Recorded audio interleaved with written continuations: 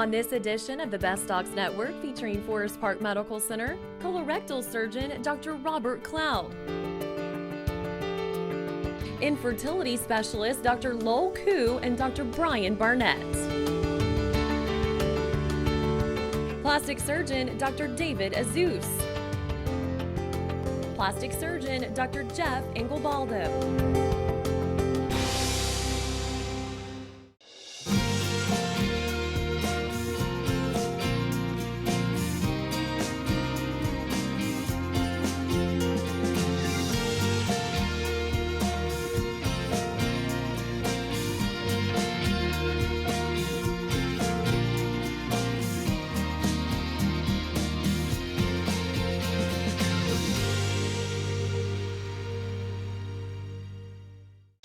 And hi again, everyone. Jim Knox along with Candace Kruger, and we welcome you back to another edition of the Best Docs Network featuring Forest Park Medical Center. Of course, Candace, one of the top medical centers in the entire Dallas-Fort Worth area. It certainly is, Jim. And you know, this is a whole show dedicated to Forest Park Medical Centers and all of their fine physicians. Yeah, speaking of fine physicians, we're going to start off with one of the best. That is Dr. Robert Cloud.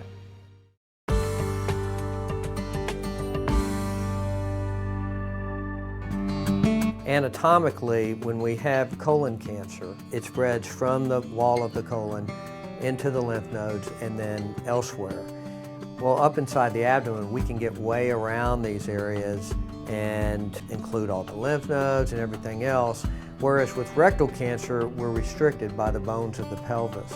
So it's more difficult to get widely around everything. We use radiation and chemotherapy in locally advanced rectal cancer, whereas we don't use radiation hardly at all up in the abdomen when we have colon cancer. Being transferred to Argentina, just making a simple dinner for the kids one night. Getting ready for bed, I went upstairs just to go relax and stretch out. We had only been there a month in Argentina. We were going to be there for 2 years. Went upstairs, got ready for bed, went to the bathroom, and it was full of blood. Woke up the next morning and the same thing happened, and absolutely no pain. She developed some rectal bleeding and went in and subsequently underwent colonoscopy.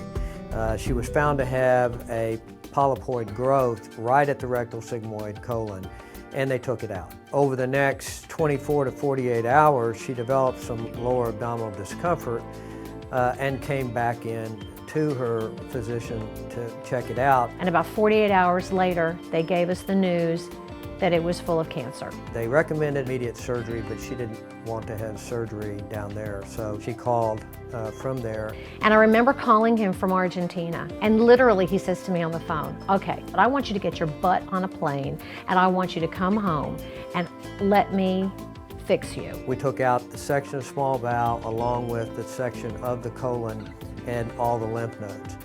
The final pathology showed no residual cancer. Now she's 13 years out and doing fine. Most people don't look forward to colonoscopies. I look forward to colonoscopies because I finally get to catch up with Dr. Cloud. I'm crazy about Dr. Cloud. I'm crazy about him. It's his personality, it's his comfort. He's a great guy.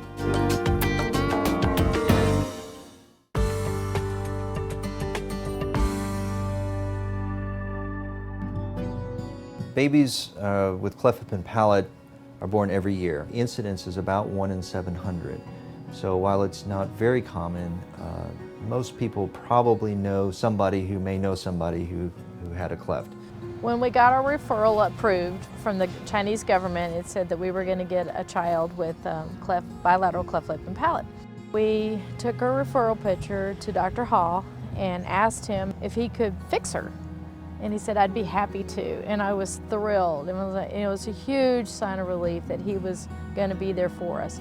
Andrea's a delightful child. She came to me after being adopted from China. She had a bilateral cleft lip and palate, so that was a little bit more severe deformity than you might find with a one-sided lip or just an isolated cleft palate. But she had some work done in an initial repair in China. Clearly, a very rudimentary repair had been done, and she didn't have the full treatment plan completed. I've heard that the average cleft child has 8 surgeries, and she will be average. She's had 7 so far. The treatment plan for these patients starts at very early age. A lot of specialists are required to help take care of these babies in the proper way. It's not just the plastic surgeon who's going to be doing the repair, but you need speech pathologists, orthodontists, dentists, as well as ENT surgeons. And together, you come up with a comprehensive approach and a treatment plan. So I performed a lip and nasal revision, as well as fixed the remaining hole in her palate, as well as did a procedure for her to improve her speech. Her next procedure will be when she's around 16. Well, they'll move the upper jaw forward and do maybe a rhinoplasty as well. She had initially had some language transitional issues, but quickly learned English, and she is very well integrated and just a happy child at school. She looks fabulous, and she's a resilient child. She's always happy, and she loves the way she looks. And Dr. Hall has really changed her life. I love Dr. Hall.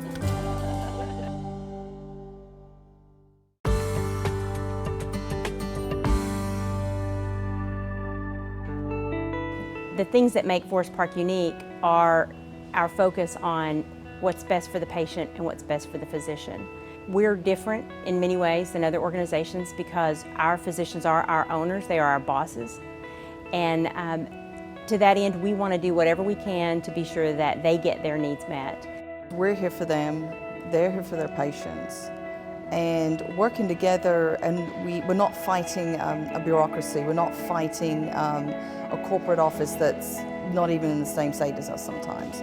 We're making what's best for this hospital at this moment at that time. We don't have to wait, and that's what our physicians like, immediate results. As new things become available, like the Mako robot, some of the new technologies, Forest Park's very quick to want to be a part of those things. If that's something that our surgeon wants or feels like would benefit his patient population, we're willing to do that for them. And that's exciting to have an organization that leaps forward that quickly. It is just so much more collaborative. They're very involved in their choice of equipment. We try to involve them in any major decisions so that they feel that they have a buy-in to this, they're part of it. One of the physicians said to me the other day, I feel like I've worked with this team for years because they just got the flow down. It just works.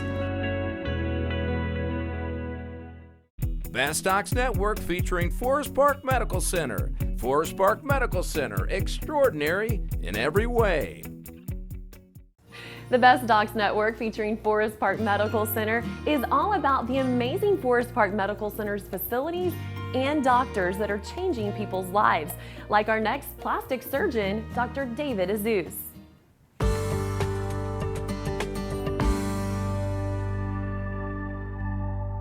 A couple of years ago, I decided that I needed to make some lifestyle changes, and I lost about 50 pounds and just started to get healthier, and I started feeling so much better, and I decided that I really didn't look as well as I felt. Donna's a very attractive woman. I think she has beautiful bone structure. Although she does not dye her hair and she has white hair, she has a very elegant look. But I think she had very prominent jowls. She had an obtuse cerviconuchal angle, which means that her neck went from her chin down straight, which you could see in her preoperative photography. I didn't want to look like a 25-year-old. I just wanted to look like my well self.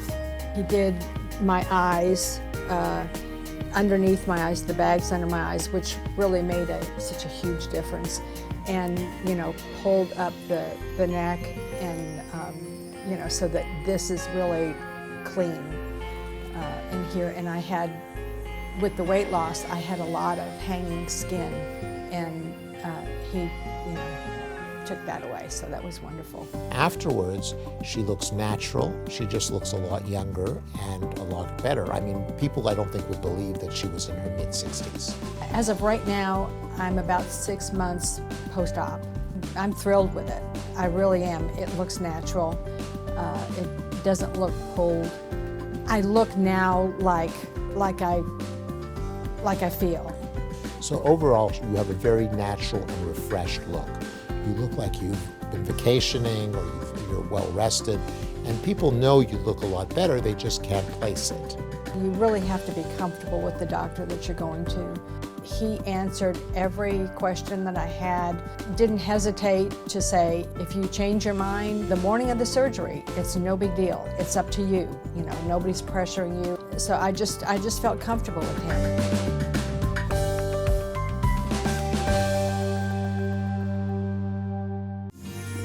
Ann was suffering from severe sinus problems, and she credits Dr. Colin Perro for helping change her life. To find out more about Ann's story and other life-changing stories, log on to bestdocsnetwork.com.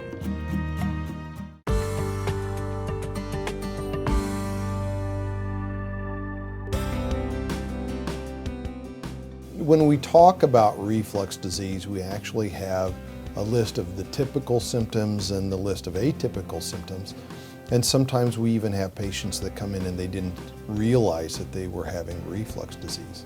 I had no symptoms whatsoever. The only reason they found out that I had it was because I had entered my 50s and it was time to get a colonoscopy. At that time, I decided to have both done, the endoscopy and the colonoscopy.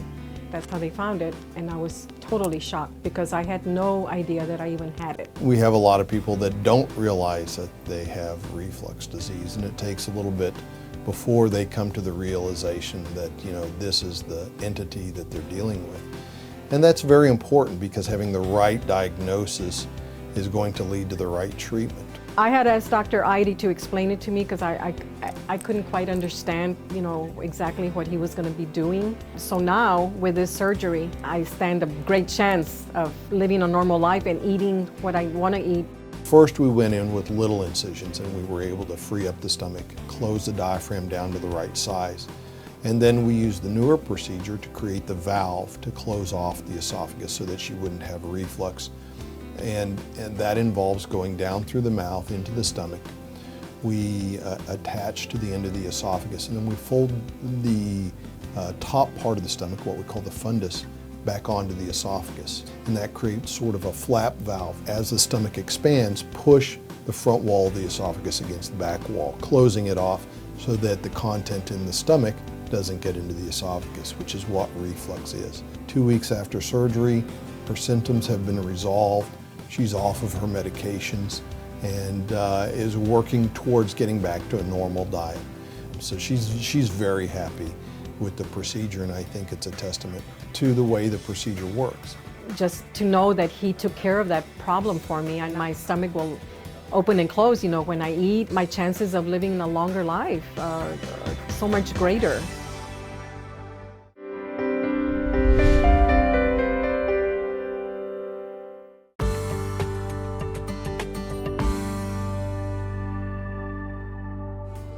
The main part that prompted me to call Dr. Nicholson to have the surgery is I was at a pool with my youngest daughter and she wanted to go down the water slide. Just the fear of taking off my towel, going swimming with my kids was a big downfall with my weight.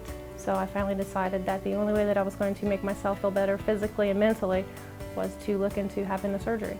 Traci just got to the point where she's basically a very happy, fun-loving person that was just always very carefree, and her weight got to the point where she was no longer happy.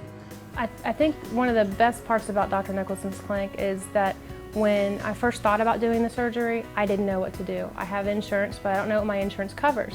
So when I called their office, I told them, you know, gave my insurance information, and they took care of all of that. They called the insurance, they told me what they covered, they told me what my copay was. I didn't have to do anything.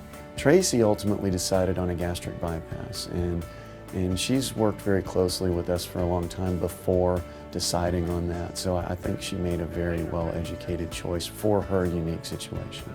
The surgery was the easy part. I mean, I really think that is the minimal amount that needs to be done. That's the 10%. The art, if you will, in the practice of this medicine is the other 90%, and that's treating the issues for why people are overweight. Let's face it, the reason people are overweight is going to remain after they have surgery. The surgery is only a certain part of the whole actual act of having weight loss, and then afterwards you have to worry about what you're going to eat, The dietitian you go to, they go through what you can have, what you can't have, teach you how to go through the labels, and it seems very daunting at first, but once you really, really get into it, it's very easy. So many people come in thinking, well, I'm going to have surgery on Monday and I'm going to lose weight on Tuesday. And the reality is it doesn't work that way. If I could just take Dr. Nicholson's group and just put them in a little package with a little bow, I would say, this is what you need to do, because it's everything. It's the whole package deal, and that's what I loved about his office. For more information on Forest Park Medical Center or any of their amazing doctors, just go to our website, bestdocsnetwork.com, and be sure to click on that Forest Park Medical Center tab. That's right. Click on the Forest Park Medical Center tab. We'll do just that. Next, it's a couple of great doctors over at Forest Park Medical Center. It's fertility specialist Dr. Lowell Ku and Dr. Brian Barnett.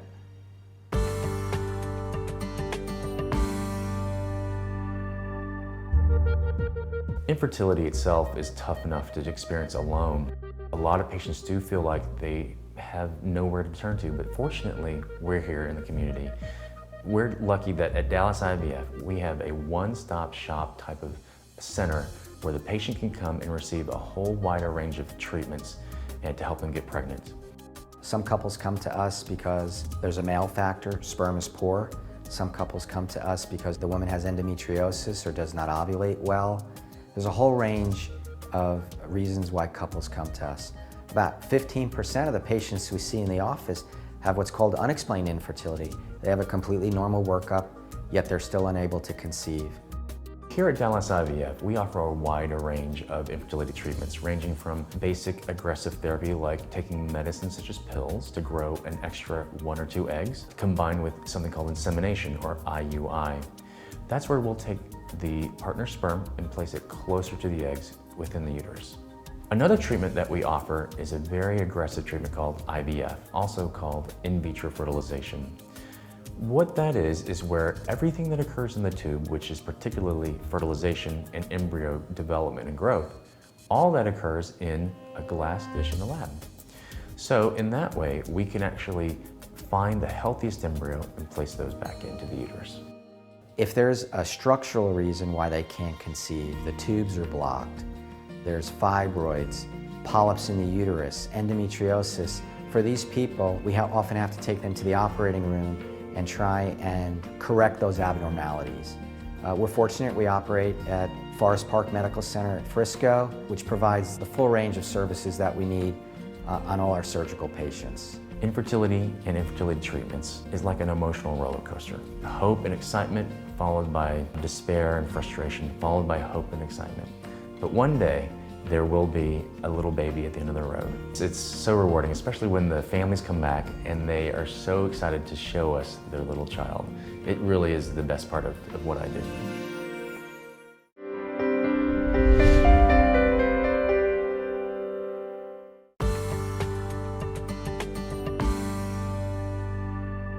We're here with one of Forest Park Medical Center's top bariatric surgeons, Dr. David Kim. Dr. Kim, thanks for being with us today. Thanks for asking me to come to this interview. Absolutely, it's our pleasure. Now start off by talking to us just a little bit about what made you decide to practice medicine and specifically bariatrics. I always knew when I was a little kid I wanted to be a doctor. I always enjoyed helping people, and if you enjoy those kinds of things and science, then medicine becomes a natural fit for any young boy or girl. And so that always compelled me to go through the entire career of medicine and becoming a doctor. And then my fascination with anatomy led into surgery. And so I've performed lots of different kinds of operations. I performed a general surgery residency. Then I did a vascular surgery fellowship where we're basically replumbing clogged up arteries. And what I loved about bariatrics was we really have a chance to improve somebody's health and possibly prevent a lot of complications from occurring. That's great. And what would you say is the most rewarding aspect of it? What people will often say is, well, thank you for my second life after bariatric surgery, because they really had a suppressed life before. They weren't able to do the things that they wanted to do before the operation, and now they'll actually remember the date that they had surgery, and they'll actually call that their second birthday. Oh, wow. Yeah. That's got to be an amazing It's a lot feeling of fun. for you. It's a lot of fun to see that happen. Yeah. One of the operations I perform has almost 100% cure rate of diabetes. Wow. And that's really cool to see. Great. And, you know, Forest Park Medical Center is obviously growing very rapidly within a competitive hospital market as Dallas-Fort Worth. In your words, why should a patient choose Forest Park Medical Center to have their procedure? Forest Park Medical Center Dallas performs more weight loss surgery than any other single institution in America. Patients can feel comfortable that not only are the doctors committed to the field of weight loss, but so are the nurses, techs, everyone that they run into in that hospital understands that they're important, that patient is important going into the operation. So would you say that Forest Park strives to be more of a personalized facility, personalized hospital? Absolutely, because they would not be a center of excellence in bariatric surgery if they didn't accomplish all those things. That's great. Well, thank you so much for your time. It's been a pleasure. It's my pleasure too. And coming up next, we'll take a look at another Forest Park physician that's changing people's lives. Now to our next doctor who operates right here out of beautiful Forest Park Medical Center. It is plastic surgeon Dr. Jeff Angobaldo, who has helped change one lady's life.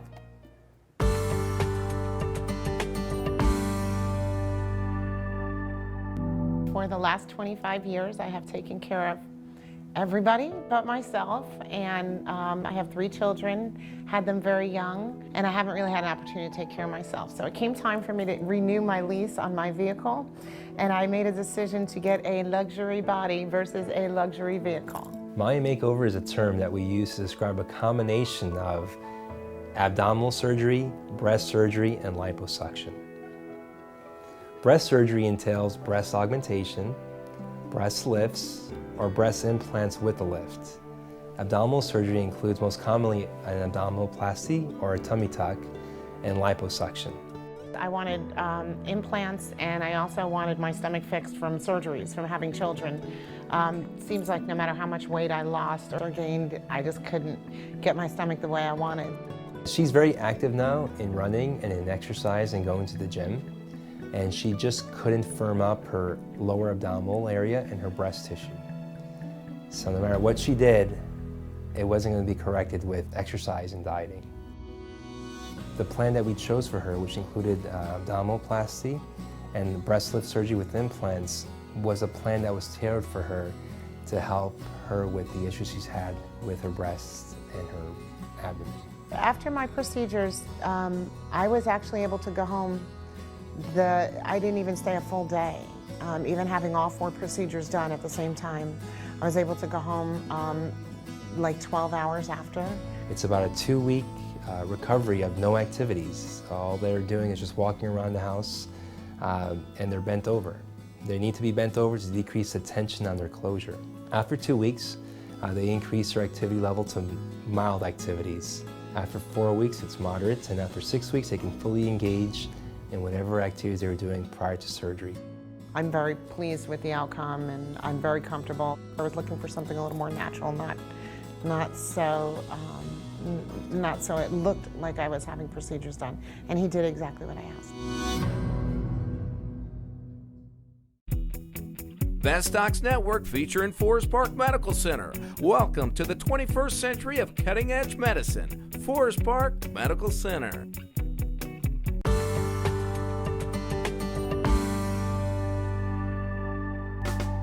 Very, very strong congestion in my nose.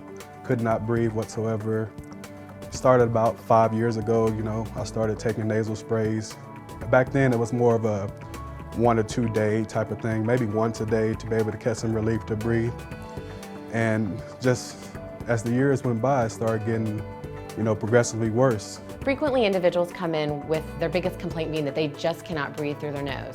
Often they are addicted to some of the common over-the-counter nasal decongestant sprays, which is a bad thing. These patients often just They use them several times throughout the day. And the problem with that is that you somewhat become addicted to them in the sense that the more you use them, the more you need it. You can have a rebound congestion in the nasal linings and the passageways. So it can cause a big problem with just persistent nasal obstruction. We're going to order a CAT scan on this. Eventually, you know, it got to the point where I was having rebound congestion from the nasal spray. So, which I didn't know about, my girlfriend had to warn me, you know, you got to stop taking this stuff. And I was like, no, it's no big deal. It's just nasal spray. It shouldn't be, you know, any harm to you. But, you know, after reading the congestion and reading the back of it and seeing that it was dangerous and it does cause rebound congestion, it says it right there on the label. So there's two different types of nasal sprays. There's the over-the-counter ones, which are typically the decongestant nasal sprays. Those should be only used for a short period of time. The ones that can be prescribed by a physician, such as the nasal steroid sprays or antihistamine sprays, can be used on a daily basis indefinitely. The nasal sprays that are prescribed by the physician are not addictive in the way that the over-the-counter ones are, and do not cause that rebound congestion and the problems that some of the over-the-counter decongestant sprays do. People don't realize how precious being able to breathe is. And you know, with my job, I have to be able to sleep. And before Dr. Wyll, I wasn't able to sleep maybe 3-4 hours a day, and I was constantly up getting nasal spray trying to be able to catch some relief to breathe. But now, you know, basically nights full of sleep. I mean, it's great.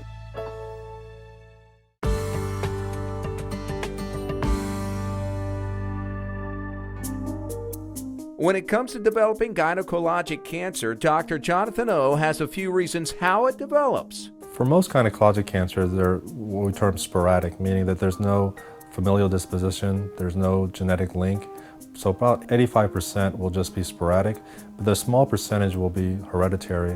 When dealing with gynecologic cancer, there are signs and symptoms to watch for that are associated with the three most common cancers. First, ovarian cancer. For ovarian cancer, the signs and symptoms are very generalized. And when I say generalized, what I mean is that the symptoms are not specific to what you would think would be gynecologic cancer. So the most common complaint that women will have for ovarian cancer is bloating and distension. So it's not pain, it's not any problems with what they feel like is their female organs, but it's just feeling bloated. Oftentimes people come in saying that they just can't eat as much, they feel full really early, they feel like their bellies are getting bloated and their clothes are fitting more tightly.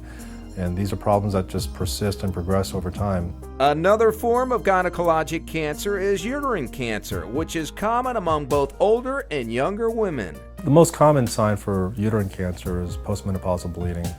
So if a woman generally over 50 who's done having periods starts to have any bleeding, then she should seek medical attention because that's a very, very worrisome sign, and that's the most common sign for uterine cancer. The most common sign for uterine cancer in a young patient would be heavy vaginal bleeding. So if you have bleeding that's much heavier than your typical period and this persists over several weeks to several months, then that warrants an evaluation and biopsy. Now to the third common gynecologic cancer, which is cervical cancer. The most common symptom for cervical cancer is abnormal bleeding. And oftentimes this will present as what we call postcoital spotting. And postcoital spotting is just a fancy term for spotting or abnormal bleeding after intercourse. What will happen is that the cancer will develop on the cervix with what we call trauma, and trauma could be intercourse. It stirs the cancer up and causes it to bleed, and women will present complaining of bleeding. If you are having any of these signs and symptoms, please consult your physician.